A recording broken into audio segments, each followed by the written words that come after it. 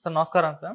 నమస్తే. సార్ ఎన్టీఆర్ గారి 'Devara' cinema trailer release అవ్వగానే ఒక నెగటివిటీ ప్రచారం అయింది. కొద్దిగా ట్రోలింగ్ జరిగింది. ఇదంతా ఎక్కడి నుంచి జరుగుతుందా అని చూస్తే అప్పుడు నందమూరి అభిమానులు కానివ్వండి, లేకుంటే టీడీపీ హార్డ్ కోర్ ఫ్యాన్స్ వీళ్ళే విమర్శలు ఎక్కువగా చేస్తారు. ఈవెన్ కొంత సోషల్ మీడియా ద్వారా ఈ సినిమాని ఫ్లాప్ చేయండి అని చెప్పేసి కూడా పిలిపిచ్చారు. తర్వాత అదే టైంలో ఇక్కడ తెలంగాణలో ఆ సినిమాకి బెనిఫిట్ షోలకు కాస్త పాజిటివ్‌గా రెస్పాండ్ అయ్యారు. మరి ఏపీలో చూసుకుంటే మరి బెనిఫిట్ షోలకు పర్మిషన్ ఇస్తారా? టికెట్ రేట్లు పెంచుకునేందుకు పర్మిషన్ ఇస్తారా? ఇవ్వరు. ఈ సినిమాకి ఫ్లాప్ చేయడానికి ఒక కుట్ర జరుగుతుందన్న ఒక చర్చ అయితే జరిగింది సార్. కానీ ఇప్పుడు కట్ చేస్తే కూటమి ప్రభుత్వం ఎన్టీఆర్ గారి సినిమాకి టికెట్ రేట్లకు అండ్ బెనిఫిట్ షోలకు పర్మిషన్ ఇచ్చేసింది. మరి దీన్ని ఏ విధంగా చూస్తారు? మరి టికెట్ రేట్ల పెంపు పైన మీ ఒపీనియన్ ఏంటి సార్? టిక్కెట్ల రేట్లు పెంపు అనేది కరెక్టా కాదా అనే విషయంలో ఒక నిశ్చిత అభిప్రాయం ఉంది నాకు. అవును. టిక్కెట్ల రేట్లు పెంపు ద్వారా మొదటి రోజు సినిమాకి వెళ్ళేవాళ్ళు ఎవరు? అభిమానులు వెళ్తారు. ఎవరి అభిమానులు వెళ్తారు? హీరో గారి అభిమానులు వెళ్తారు. అవును.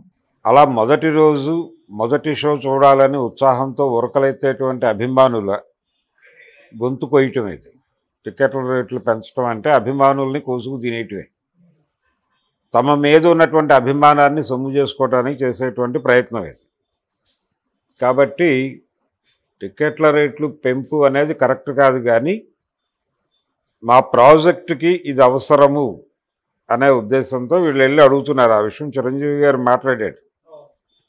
మేము అంటే భారతదేశం గర్వించే లెవెల్లో సినిమాలు తీస్తున్నాము, మేకింగ్ చాలా పెరిగింది, విఎఫ్ఎక్స్ ఇవన్నీ చాలా చేస్తున్నాము, రకరకాల హంగులు వచ్చాయి, కాబట్టి బడ్జెట్లు విపరీతమైపోయినాయి, టిక్కెట్ల రేట్లు పెంచి తీరాలి, కన్సిడర్ చేయండి అని ఆయన మాట్లాడాడు. కాబట్టి ఆ యాంగిల్లోనే ప్రభుత్వాలు కూడా అంగీకరిస్తున్నాయి, టిక్కెట్ల రేట్లు పెంచుతున్నారు. టిక్కెట్ల రేట్లు పెంచడం మాత్రమే కాదు, వీళ్ళు వేసుకునేటువంటి ప్రీమియర్ షోస్కి పర్మిషన్ ఇచ్చారు. దాంతోపాటు డైలీ 5 షోస్ వేసుకోవడానికి కూడా పర్మిషన్లు ఇచ్చారు. దీనికి ఆయన థ్యాంక్స్ చెప్తూ ట్వీట్ చేశాడు చంద్రబాబు నాయుడు గారికి ఎన్టీఆర్. దీనికంటే ముందు వరద బాధితులను ఆదుకోవటానికి ఆయన సినిమా పరిశ్రమ నుంచి విరాళాలు ప్రకటించినటువంటి మొదటి హీరో ఎన్టీఆర్. ఆయన విరాళం ప్రకటించిన మరుక్షణం లోకేష్ గారు ట్వీట్ చేశాడు, థ్యాంక్ యూ బావా అని. ఈ రెండు కుటుంబాల మధ్య అంత సాన్నిహిత్యం లేదు అనే మాట ప్రపంచంలో ప్రతి ఒక్కరికి తెలిసిన విషయమే. ఎన్టీఆర్, కళ్యాణ్ రామ్ వీళ్ళిద్దరూ కొంచెం అంటే సీనియర్ ఎన్టీఆర్ ఫ్యామిలీకి అలాగే తెలుగుదేశం పార్టీకి కొంత దూరంగా ఉండాలి, కొంత ఎడంగా ఉండాలి అనేది అనుకుంటున్నారు అనేది ఎస్టాబ్లిష్ అయిన ఫ్యాక్ట్. అవును. అలాగే ఎన్టీఆర్ సినిమాలని ఇబ్బంది పెట్టే ప్రయత్నం తెలుగుదేశం పార్టీ నుంచి గతంలో జరిగిన సందర్భాలు అనేకం ఉన్నాయి.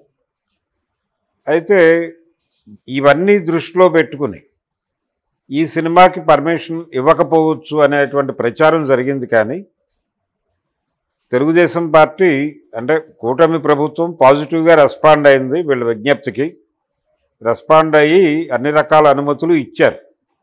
ఈ అన్ని రకాల అనుమతులు ఇవ్వటం వెనకాల వ్యాపారాన్ని వివాదాన్ని కలిపి చూడకూడదు. అంటే పర్సనల్ లెవెల్లోనూ ఫ్యామిలీ లెవెల్లోనూ ఉన్నటువంటి విభేదాలు లేకపోతే అభిప్రాయ భేదాలు వీటిని వ్యాపార రంగంలోకి విస్తరించకూడదు. విస్తరించడం వల్ల నష్టాలు వస్తాయి తప్ప లాభాలు రావు అనే వ్యాపార సూత్రం ప్రకారం దీనికి అంగీకరించి ఉంటాడు చంద్రబాబు నాయుడు అనేది నా అభిప్రాయం. వ్యాపారంలోకి సెంటిమెంట్లు పట్టు రాకూడదు, ఏ ఇతర బ్యాగేజీలు రాకూడదు. అది వ్యాపారం తాలూకా ఒక సిద్ధాంతం. ఆ సిద్ధాంతం ప్రకారమే చంద్రబాబు నాయుడు గారు ఈ వివాదంలోకి వెళ్ళలేదు. అలాగే ఇతను కూడా ఇన్ని ఇబ్బందులు ఉన్నప్పటికీ రేపటి అవసరాన్ని దృష్టిలో పెట్టుకుని ఆ రోజు విరాళం భారీగా ప్రకటించాడు. విరాళం భారీగా ప్రకటించిన ఫలితం ఈ టిక్కెట్ల రేట్లు పెంపు ఇతర సౌలభ్యాలు కావచ్చు. అలా ఒక సయోధ్య ఉంది వాళ్ళ మధ్య. వ్యవహారంగా చూసే పరిస్థితి ఉంది కాబట్టి ఆ సయోధ్య నడుస్తుంది. అది టోటల్గా ఈ టిక్కెట్ల రేట్లు పెంపు అలాగే ఈ షోస్కి సంబంధించినటువంటి అనుమతులు వీటికి సంబంధించినటువంటి వాళ్ళ మధ్య అవగాహన వెనకాల ఉన్న నేపథ్యం ఇది. ఇది అన్ని ప్రాంతాలకి ఇది వర్తించదు. రేపు పొద్దున వాళ్ళ ఇంట్లో ఏదైనా ఫంక్షన్ జరిగితే ఎన్టీఆర్ రాకపోవచ్చు, లేదు సీనియర్ ఎన్టీఆర్కి సంబంధించిన ఏదైనా కార్యక్రమం జరిగినా ఆయన రాకపోవచ్చు, గౌరవప్రదంగానే తప్పుకుంటాడు సీన్లో నుంచి. ఎందుకంటే గతంలో ఈయన వెళ్ళి అవమానపడినటువంటి సందర్భాలు కూడా ఉన్నాయి. లోకేష్ వివాహానికి ఆయనకి ఆహ్వానం ఉంది, ఆయన వెళ్ళాడు, ఎవరు పలకరించక హ్యూమిలేషన్కి గురై బయటకు వచ్చేసాడు. ఆ రోజుల్లో పేపర్లు అలాగే అప్పటికి ఉన్నటువంటి ఎలక్ట్రానిక్ మీడియా కూడా దాన్ని రిపోర్ట్ చేసింది. ఆయన సడన్గా వెళ్ళిపోవటం అనేది, కార్యక్రమం నడుస్తుండగా వెళ్ళిపోవటం అనేది రిపోర్ట్ అయ్యింది ఆ రోజున. కాబట్టి విభేదం విభేదమే, వ్యాపారం వ్యాపారమే అన్న పద్ధతిలో చంద్రబాబు గారు మొత్తానికి దేవరికి ఒక క్లియరెన్స్ అయితే ఇచ్చాడు. ఎలాగూ అనుమతులు వచ్చాయి కాబట్టి డెఫినెట్గా టికెట్ల రేట్లు పెంపుకి వాళ్ళు అనుమతి ఇచ్చారు కాబట్టి ఓపెనింగ్స్ ఎలాగూ ఈ సినిమాకి బ్రైట్గానే ఉంటాయి. ఇమేజ్ కావచ్చు, ఇతర వ్యవహారాలు, RRR తర్వాత వస్తున్నటువంటి సినిమా ఎక్స్పెక్టేషన్స్ ఉన్నాయి. కనిపించకుండా స్ప్రెడ్ అవుతోంది దేవరా ఫీవర్ అనేది, విజిబుల్గా లేదు కానీ అది సర్క్యులేషన్లో ఉంది. ఒక నిశ్శబ్ద విప్లవం లాగా సినిమా కలెక్షన్ల సునామీ సృష్టించేటువంటి ప్రమాదం కూడా ఉంది.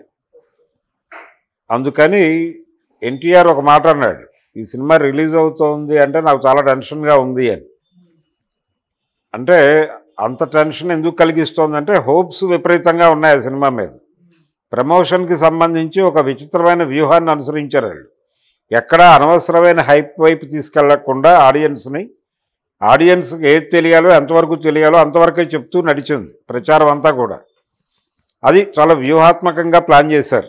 అది వర్కౌట్ అయ్యి రేపొద్దున బాక్స్ ఆఫీస్ దగ్గర ప్రతిఫలించి మంచి వసూళ్లు చూపించేటువంటి ఛాన్స్ అయితే ఉంది దేవర సినిమాకి.